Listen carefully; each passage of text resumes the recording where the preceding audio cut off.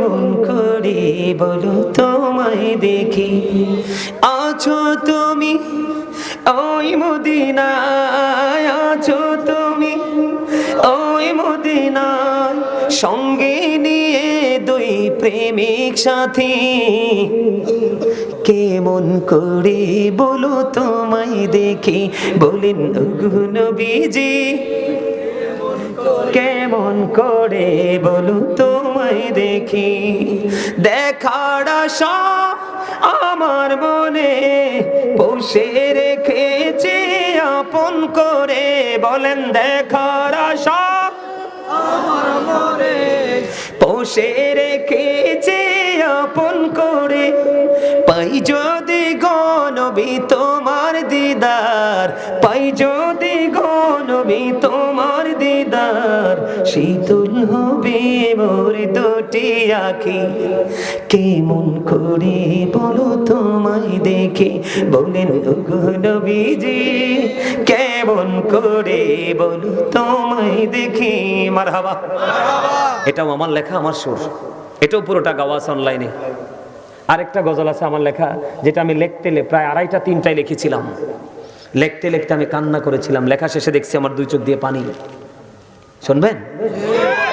আপনারা আমার সাথে সুর দেন না কেন? সুর দিবেন, অনেক ভালো লাগবে। যেই জায়গাটা আপনাদের কাছে খুব স্বাভাবিক ফ্রি মনে হবে, এটাই সবাই মিলে সুর দিবেন, দেখবেন জান্নাতের বাগানটা মুখরিত হয়ে যাবে। আমরা শেষ সময় নবীর প্রেমে আমাদেরকে উৎসর্গ করে আমরা আজকে জান্নাতের বাগান থেকে বিদায় নিতে চাই। কথা কয় না কেন? আরো জোরে বলেন, আরো জোরে। সূরা কদর একটু বয়ানটা একটু করেন। সূরা চাচা আনতা আমার বিপদে ফেলেন না। আবার আরেকদিন দাওয়াত দিবেন, আপনারা মাহফিল করা লাগবে না, মসজিদে এসে ফ্রি ওয়াজ করে যাব। কথা দিলাম, হাদিয়া লাগবে না। কারণ আপনাদেরকে আমার এত পছন্দ হয়েছে, এত পছন্দ। কয়দিন আগে আল্লাহু আকবার, ইয়া রাসূলুল্লাহ, ইয়া গাউসুল আজম, রোজাই হোক আর যে সময় হোক আপনারা বলবেন আমি আসবো, কথা দিলাম। কয়দিন আগে আমি আপনারা কাদের সাথে দেখা করে গেছিলাম না এদিকে, ওইদিকে একটা মাহফিলে, শাসন খোলা। মানুষগুলো এত দুষ্ট, এত প্রদবষ্ট, তাদেরকে নিয়ে আমি এখনো টেনশন করি। কিরে ভাই তুমি ছিলে না?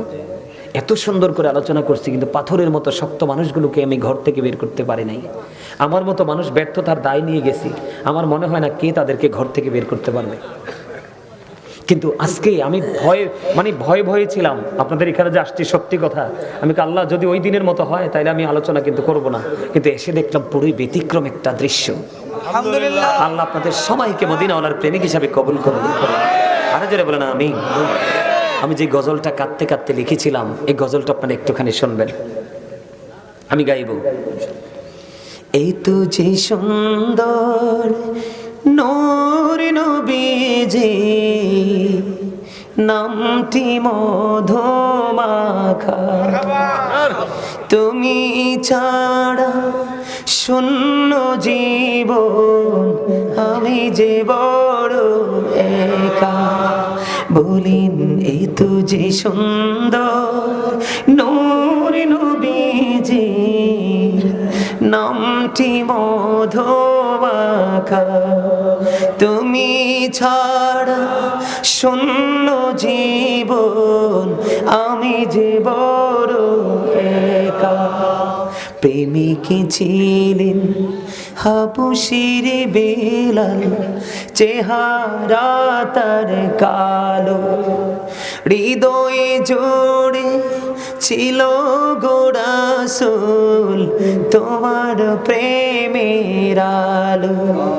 প্রেমিকী ছিলেন হাবশীর বেলাল, চেহারা তার কালো, হৃদয় জোড়ে ছিল গো রাসূল তোমার প্রেমের আলো।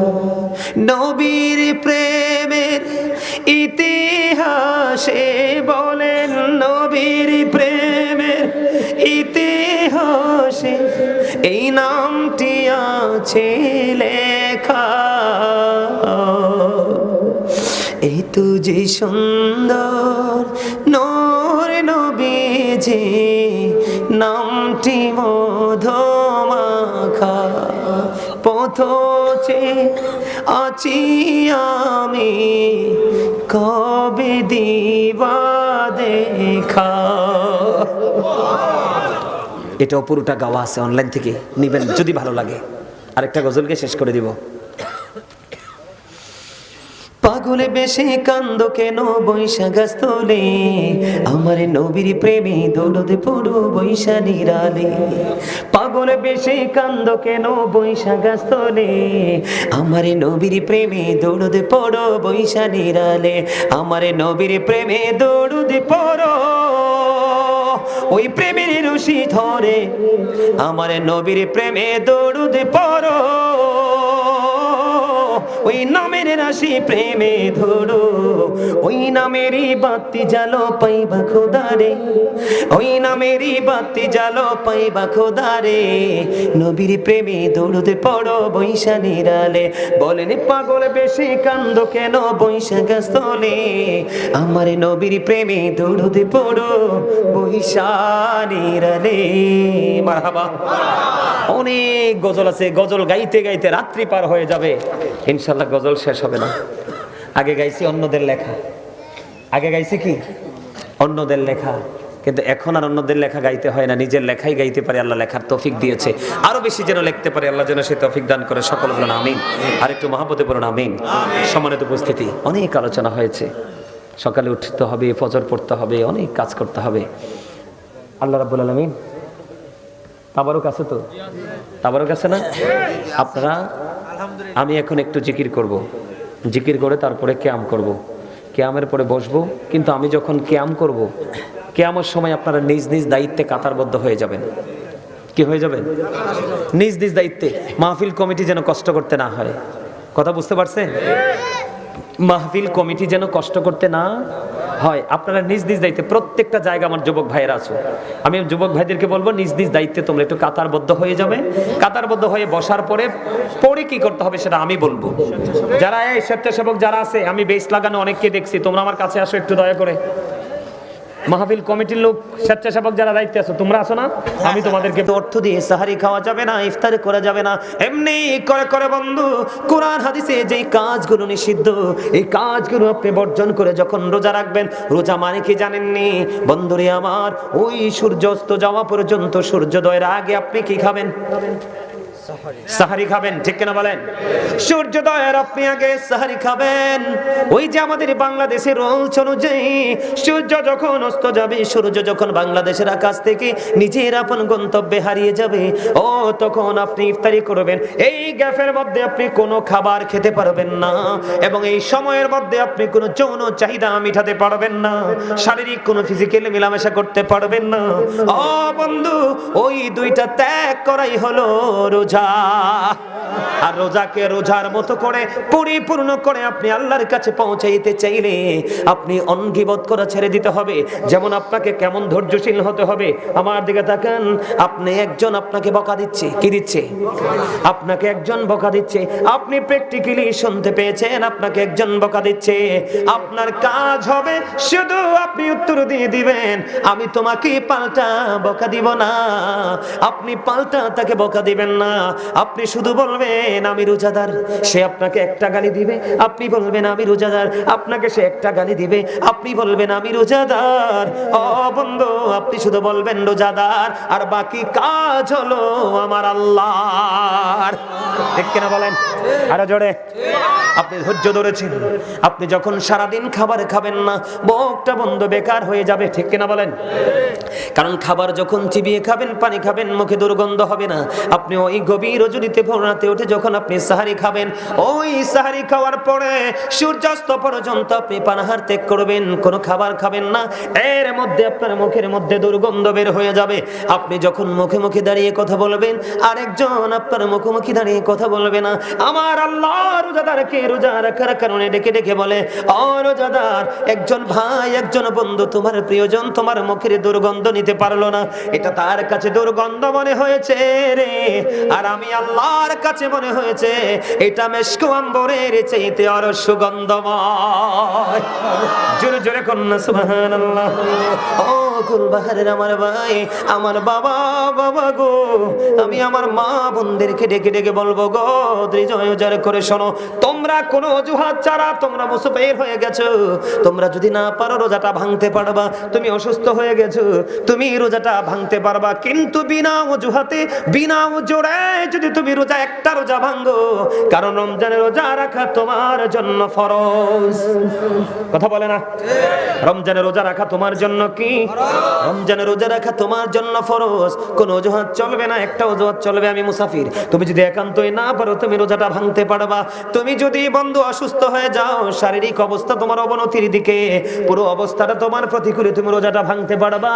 কোন অজুহাত ছাড়া যদি তুমি রোজা ভেঙে ফেলো, আমার রাসূল বলে দিয়েছেন, তুমি সারা জীবন যদি তুমি কি করো, চেষ্টা করো, ওই যে অজুহাত ছাড়া রোজা ভেঙেছো, ওই রোজার খেসারত তোমার এই জীবনে দিতে পারবা না। তাহলে রোজা বড় সেনসিটিভ জিনিস। কথা কয় না কেন? আরো জোরে, আরেকটু মহব্বতে। আমার আল্লাহ বন্ধু, যারা আল্লাহর পথে পথিক, তাদেরকে ডেকে ডেকে বলে তোমরা অগ্রসর হও। যারা অপরাধী, আল্লাহ রাব্বুল আলামিন তাদেরকে বলছেন, রাসূল জানিয়ে দিয়েছেন, তোমরা থেমে যাও। কি করো? অপরাধীকে কি করতে হবে? থেমে যেতে হবে। আল্লাহ ওয়ালাদেরকে আরো এক্সপেরিয়েন্স ম্যান হতে হবে, অ্যাক্টিভ হতে হবে। তার কারণ কি? ও বন্ধু, আপনারা আমার দিকে তাকান।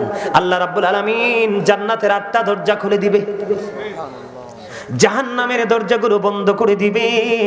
আপনাদেরকে কেমন করে বন্ধ বোঝাবো? ওরে বল গোলবাহারের ভাই, আমার বাবা গো, তোমরা বেশি বেশি করে রোজা রেখো, কারণ বছরের শুরু থেকে ওই আরেক বছরের শেষ পর্যন্ত এই জান্নাতকে সাজানো হয় শুধু রোজাদারদের জন্য।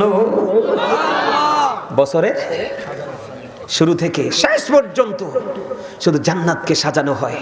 কি করা হয়? মনে রাখতে হবে, আল্লাহর প্রতি শহীদ যারা, উচ্চ তাদের শান, মহান খোদা করেন তাদের এমন জীবন দান। রুহু তাদের বানাইয়া সবুজ বরণ পাখি, জান্নাতুল ফিরদাউস বিছে দেন যতনে রাখি।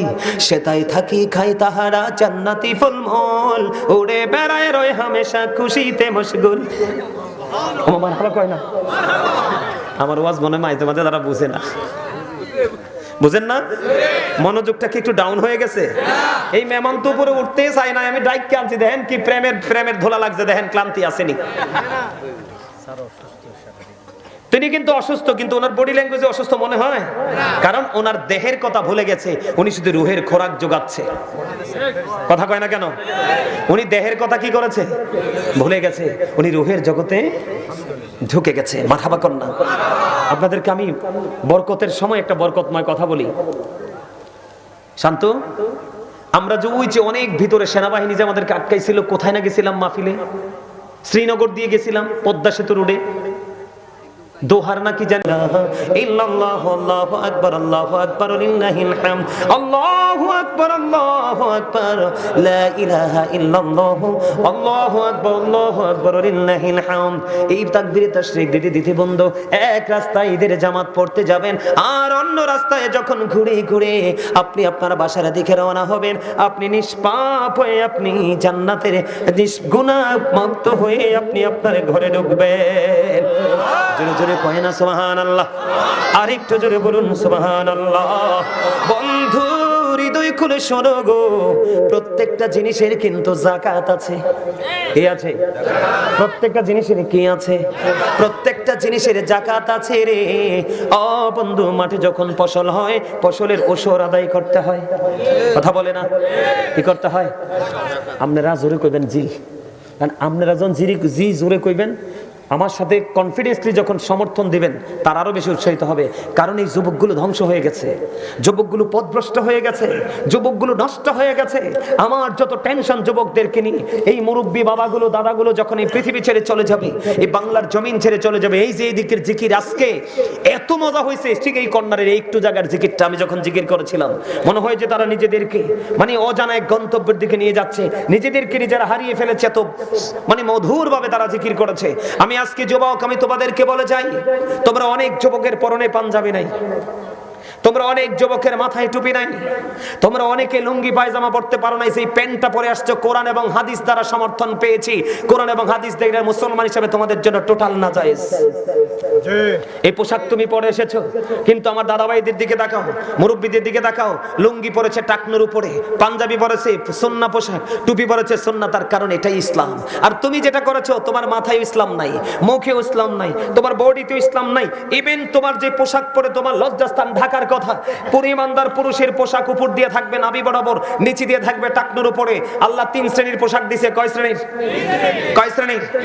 একটা হলো লজ্জাস্থান ঢাকার পোশাক, আরেকটা হলো সাজের পোশাক, আরেকটা হলো তাকওয়ার পোশাক। আল্লাহ বলেছেন লিবাসুত তাকওয়া যালিকা খায়র, আল্লাহর কাছে সবচেয়ে উত্তম পোশাক হলো তাকওয়ার পোশাক। যেই পোশাকটা না ইমানদার পুরুষের জন্য পর্দা করা ফরজ, এই পোশাকটা পরে তুমি ফরজ কি করলা? হেফাজত করলা, ধারণ করলা। উপর দিয়ে লুঙ্গি, প্যান্ট, পায়জামা, ট্রাউজার যেটাই বলো উপর দিয়ে পড়বে নাভি বরাবর, অথবা উপরে নিচে দিয়ে থাকবে টাকনুর উপরে। এখন তোমারটা উপর দিয়েও নাভির নিচে, নিচে দিয়েও টাকনুর নিচে। বুখারী শরীফের মধ্যে আসছে তুমি প্রাউড ফিল করেছো, অহংকার করেছো। আল্লাহ ডাজন্ট লাইক দ্য প্রাউড। আল্লাহ রাব্বুল আলামিন হাদিস শরীফের মধ্যে আসছে এবং কোরআনে এসেছে তুমি অহংকার করেছো, তোমার ঠিকানা হবে জাহান্নাম। নাউজুবিল্লাহ বলে না কেন? আরে জোরে। এই জন্য বলেছি যুবক, তোমরা হৃদয় খুলে শোনো। দাড়ি পাকা প্রত্যেকটা মুরব্বী বাবা, আমার প্রত্যেকটা দাদা ভাই রঙে জড়ানো নবীর সুন্নাহ মোতাবেক পোশাক, টুপি মাথায় রে, লুঙ্গি পরানো, কিন্তু তোমার একটা কিছু নবীর সুন্নাহ মোতাবেক নাই। মনে রাখবে, যখন পৃথিবীতে ইসলাম এসেছিল, ইসলামটা গরিব ছিল, পৃথিবীর অবস্থা ভালো ছিল না। যখন ইসলাম পরিপূর্ণ পেল, পৃথিবীর অবস্থা ভালো হয়ে গেল, প্রেমময় হয়ে গেল। আবার যখন ইসলাম গরিব হতে লাগলো, পৃথিবীর অবস্থা আবার ধ্বংসের দিকে। এখন তুমি আমি যদিও মনে করি আমার ছেলে 2টা বিদেশ আছে, টাকা আছে, আমি সুখী, আসলে তুমি অন্তরের চক্ষু মেলে দেখো রে, পৃথিবীর চারপাশ অন্ধকারে ভরে গেছে। তোমরা যুবক যারা, তোমাদের ধ্বংস খুব নিকটে। আমি মনে রাখো, তোমাদের ধ্বংসটা এই কারণে খুব কাছে। এই মোবাইলের মাধ্যমে তোমরা কন্টিনিউ সকাল থেকে বিকাল মাথা থেকে পা পর্যন্ত ইহুদিদেরকে লালন করছো, ইহুদিদেরকে ধারণ করেছো। ইহুদি সম্পর্কে আমার আল্লাহ বলেছেন ইন্নাল কাফিরিনা কানু লাকুম আদুওয়াম মুবিনা। আমার আল্লাহ বলেছেন দ্য হেরিটেক্স আর the eternal enemy of the believers. ইমানদারদের প্রকাশ্য শত্রু হলো বেঈমান কাফেরেরা। ও বন্ধু, এই জন্য তোমাদেরকে আমি বলে দিতে চাই যুবক, আজকের আলোচনা শুনে নিজের লাইফ স্টাইলকে চেঞ্জ করো। তুমি যদি উলঙ্গ হাঁটো, কেউ তোমাকে টাকা দিবে না, বরং ধিক্কার দিবে। আর তুমি একটু ভদ্র হয়ে, জেন্টেল হয়ে, নমনীয় হয়ে আগামীকাল থেকে তুমি পথ চলো। এই গোলবাহারের জমিনে যদি 1 লক্ষ যুবক থাকে, সকল যুবকের মধ্যে তোমার মর্যাদা থাকবে সর্বোচ্চ। দোকানে গেলে তোমাকে নিয়ে আলোচনা, রাস্তায় গেলে তোমাকে নিয়ে আলোচনা, বিয়ে বাড়িতে গেলে তোমাকে নিয়ে আলোচনা। বিশেষ করে তোমার জন্য যখন কোনো বিয়ের প্রস্তাব আসবে, এক বাক্যে বলবে ওই ছেলের হাতে মেয়েটা দিয়ে দেন, চিরসুখী হবে, কারণ অত্যন্ত চরিত্রবান ছেলে। কথা বলে না কেন? এই জন্য বলছি রে যুবক, ও যুবক, মাঠে যখন ফসল হয়, এটা রসুর আদায় করতে হয়।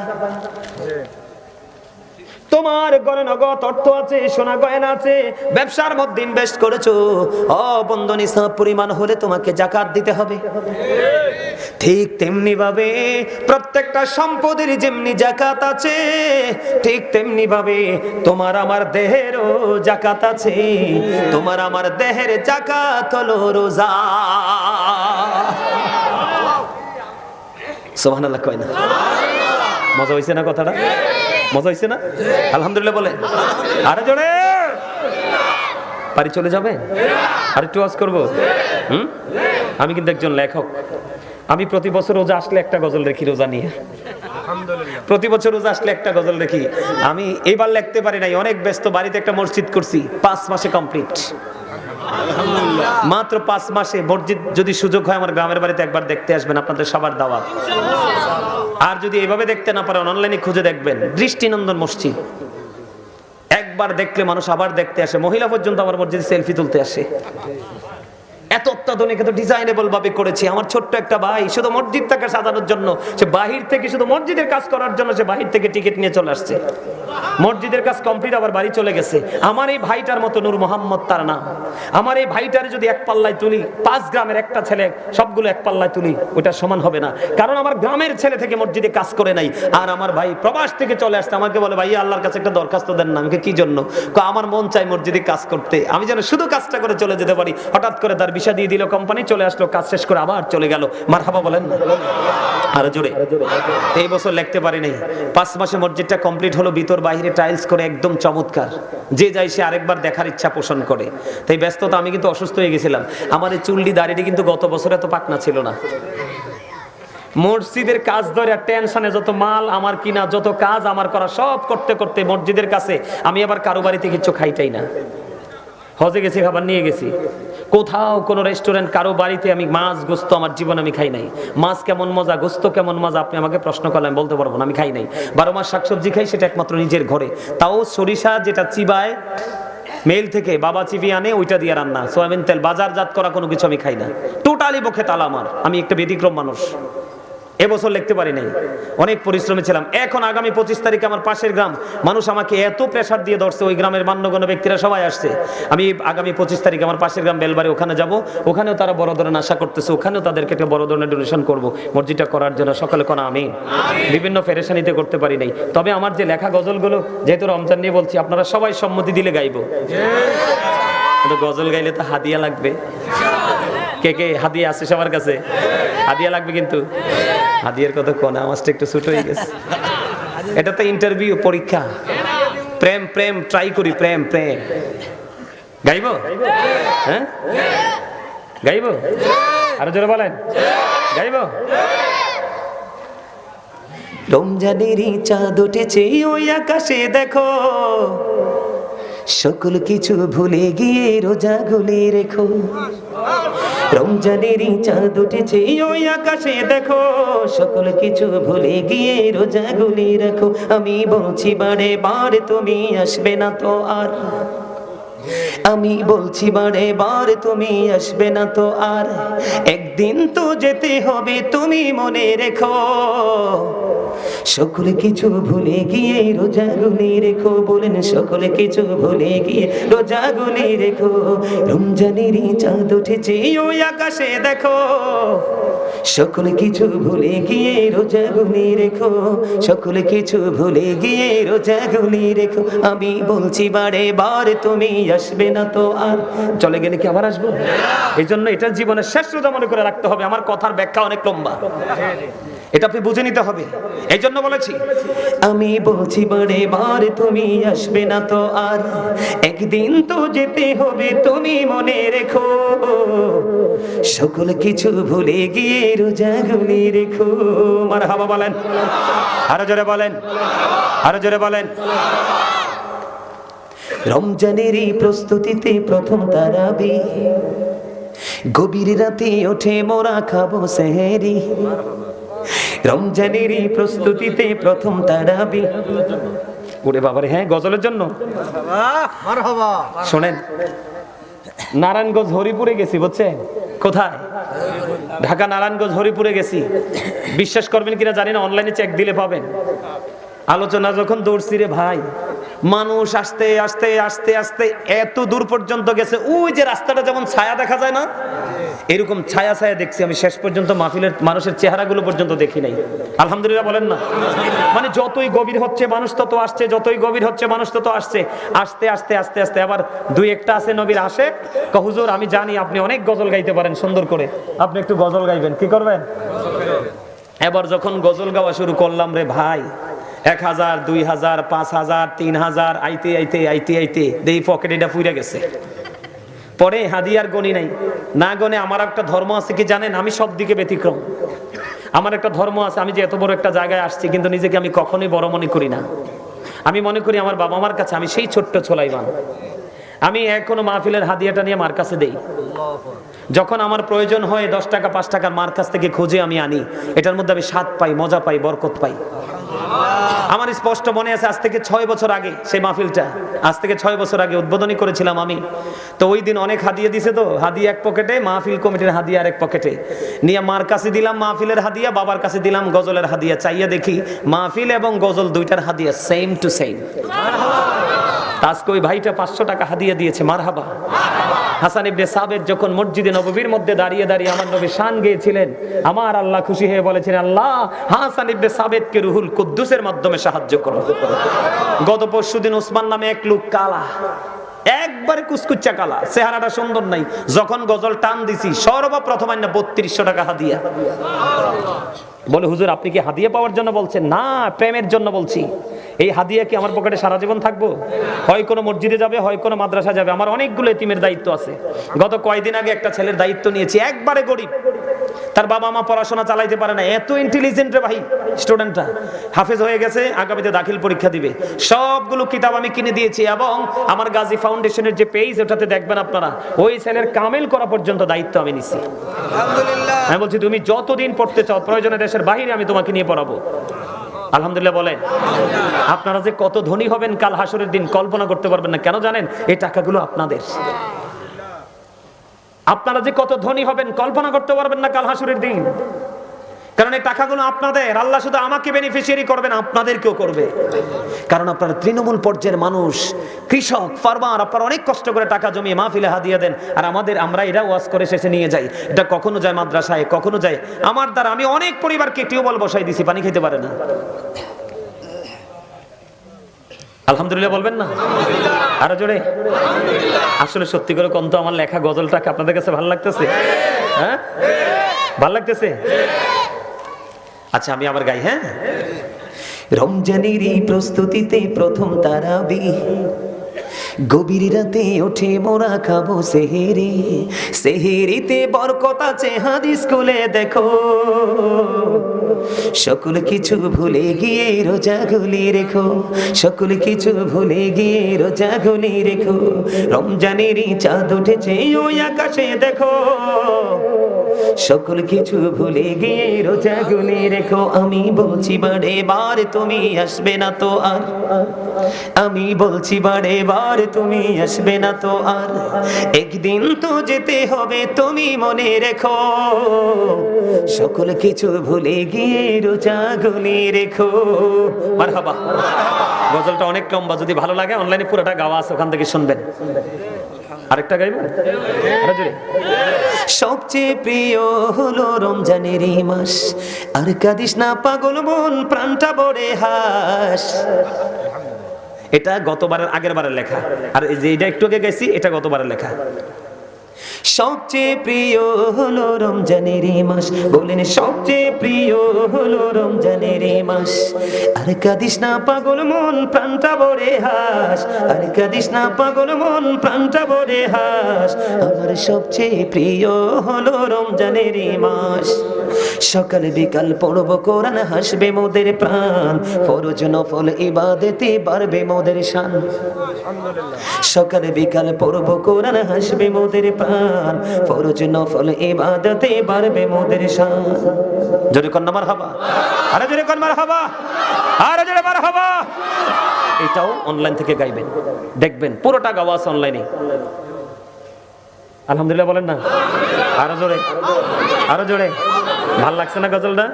আরো জোরে। মারহাবা। আরে দেখছেন নি, হাদিয়া নাই, 50 টাকা নিয়ে আইছে, এটা প্রেম। আরেকজন আনছে, মাশাআল্লাহ। মারহাবা গন। আরে দে দে, এসব হাসরের মাঠে পাইবি বেটা। আলহামদুলিল্লাহ গন। আরো জোরে। আরেকটা গাইব একটু। সব সুখেরই সেরা যে সুখ রমজানেরই মাস, গোমরা হয়ে থাকিস না মন, প্রাণে ভরিয়া হাস, মন প্রাণে ভরিয়া হাস। আবার কি গো পাবে তুমি, আবার কি গো পাবো আমি, বেঁচে তোমার দেখা, এবার কাছে পেয়ে পূর্ণ হলো মনের আশা গো, হলো মনের আশা। পানি ভরিয়া হাসবে রে মুমিন, প্রাণে ভরিয়া হাসবে রে মুমিন, ফেলবে রে নিঃশ্বাস। মারহাবা কর না, আরো জোরে কান মারহাবা। এই গজলটা পুরোটা ওয়াজ আপনারা শুনবেন। অনেকদিন গাই না তো, চর্চা নাই, ওয়াজ করতে করতে জান শেষ, জীবন শেষ। বেশি বেশি করে এগুলো অনলাইন থেকে শুনবেন এবং এগুলো শিখবেন, শিখলে দেখবেন অনেক কিছু পাবেন। আলহামদুলিল্লাহ বলেন আরো জোরে। মা গো চাচা 200 টাকা হাতিয়ে দিছে, মারহাবা। আমি আমার ওয়াজটা করবো একটু, কারণ আমার অনেক আলোচনা বাকি আছে। রাত তো অনেক হয়ে গেছে, ওয়াজ কি শেষ করে দিব নাকি চলবে? আপনাদের কোনো সমস্যা আছে নি? সমস্যা আছে? তাহলে আমারও কোনো সমস্যা নাই। আরো যেরকম আলহামদুলিল্লাহ বলেন না। বন্ধুরে আমার, আপনি মাঠের ফসল তুলেছেন, গাছে ফল ধরেছে, যা কিছু আছে আপনার ঘরে, সোনা গয়না আছে। আরেকটা না, তুই চাইলে আমি 1 ডজন গামো, আমি একজন লেখক, আমার এই সিনায় গজলের অভাব নাই। আমার স্বাস্থ্য ভাইটা আবার 500 টাকা হাতিয়ে নিয়েছি, মারহাবা করুন। বন্ধুরে আমার, আপনারা হৃদয় খুলে শুনবেন। এখন এই তারার গজলের হাদিয়া দেওয়ার নমুনা দেখে আরেকটা কথা মনে হয়েছে, বুঝছেন? কর্ণফুলী নদীর তীরে, বুঝছেন, এটার মধ্যে ঢুকাইছেও পুলিশে, প্যান্ডেলের পিছন দিয়ে বের করছে পুলিশে, ঢুকতে পারি না, এত মানুষ, গাড়ি ঢোকার কোনো সুযোগে নাই। আপনারা অনলাইনে দেখবেন, আমি যখন গজল টান দিছি, এমন ভাবে মুরব্বীরা হাদিয়া নিয়ে আসা শুরু করছে। এই ওয়াজটা আছে অনলাইনে, আমি এটা দেখলো এখনো হাসি। তো গজলের হাদিয়া নিতে নিতে আমি দেখছি আমার শোল লইরা যাইতেছে। তখন এক পর্যায়ে বলছি, দাদা চাচা আপনারা যদি হাদিয়া দেন আমার একটু পরে দিয়েন, আমার কি দিয়েন, একটু পরে দিয়েন, আমি গজলটা একটু ভালো করে গাইতে দেন। আলহামদুলিল্লাহ বলেন। আসলে কি জানেন, এই যে 50 টাকা 100 টাকা, টাকাটা কিন্তু এই যুগে বেশি কিছু না। এই টাকাটা আপনারা কিভাবে পাবেন? প্রেমে পড়ে দিছেন না? কি দিছেন? প্রেমে পড়ে দিছেন। আপনি গরুর বাচ্চা কিনেন না? গরুর বাচ্চাটা পালতে পালতে একদিন বড় হয়, মা হয়ে বাচ্চা দেয়, ওই বাচ্চাটা মা হয়ে আবার বাচ্চা দেয়, এরকম করতে করতে কি গৃহপালিত পশুর যে ঘরটা পুরোপুরি হয়ে যায় না? ঠিক আপনার আমার এই দান, এবার মসজিদে দেন, মাদ্রাসায় দেন, আল্লাহর সন্তুষ্টির জন্য খুশিতে দেন, সবগুলো ওই বৃহৎ আকারে পাবেন। দিয়েছেন ছোট্ট, অনেক বড় পাবেন। আল্লাহ কবুল করে নিক। সকলে বলেন আমিন। আরো জোরে বলেন আমিন। আর একটু মহব্বতে, আরো জোরে আলহামদুলিল্লাহ বলেন। বন্ধুরে আমার, আমার নবী, আপনার নবী, দু জাহানের বাদশা নবী, তিনি বলে দিয়েছেন, তোমরা সম্পত্তির যেমনি করে জায়গা দাও, তেমনি তোমাদের দেহের জায়গাটাও দিয়ে নাও। ইয়া রাসূলুল্লাহ, ইয়া হাবিবাল্লাহ, নবী গো, ও প্রাণের নবী, দেহের জায়গাটা কেমন করে দেব গো নবী? আমার নবী যে একটা ডাক দিয়ে বললেন, দেহের জায়গা তেমন করে দিবে রে। ওই দেহের জায়গা হলো পরিপূর্ণ রোজা রাখা। এখন পরিপূর্ণ রোজা বলতে কি বোঝায় বন্ধু? আমি আপনাদেরকে বলি, কারো গীবত করা যাবে না। ও বন্ধু আমার দিকে তাকান, সুদ খাওয়া যাবে না, ঘুষ খাওয়া যাবে না, কারো গীবত করা যাবে না।